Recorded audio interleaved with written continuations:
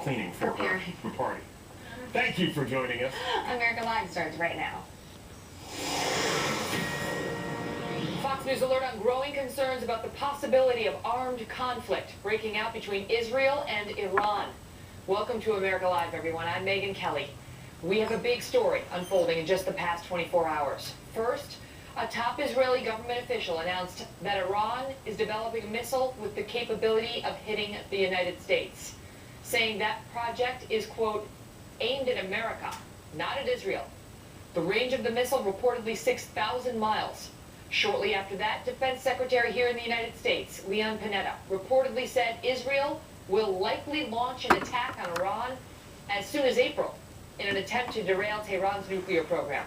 Secretary Panetta does not dispute that report, suggesting the administration is purposely trying to stop or slow Israel's plan. National Security Correspondent Jennifer Griffin is live at the Pentagon with more. Jennifer, what are the military leaders saying about this?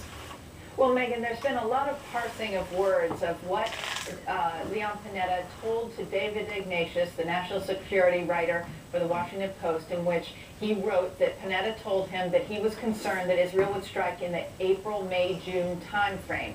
Reporters traveling with Panetta in Brussels at a NATO summit in Brussels asked him to clarify his remarks.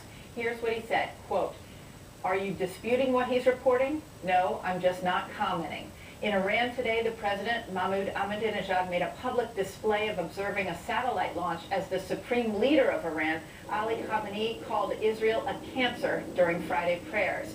Panetta's remarks outlining a time frame for an Israeli military strike on Iran, one former U.S. government official argues, could have been designed to draw attention to Israeli intentions to carry out a unilateral strike in order to delay it. It also might have been used to get the attention of NATO members in Brussels to how serious Israel is taking the Iranian threat to get more support for sanctions. Others argue that Israel has not yet taken a decision to strike.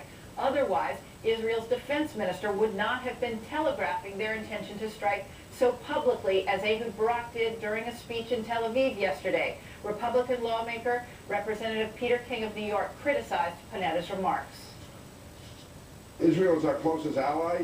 We should be very reluctant to get in Israel's way. Having said that, this is not the thing that should be this type of issue that should be discussed in public. This should be behind the scenes between two close allies.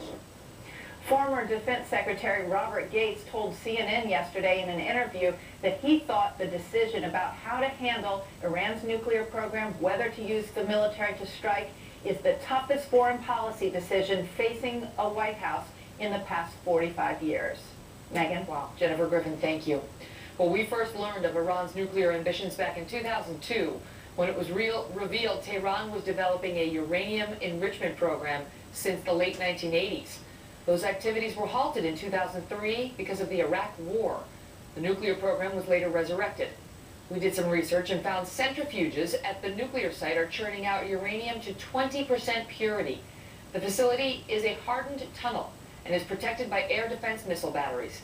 Built next to a military complex, it was kept secret until identified by Western intelligence agencies in 2009.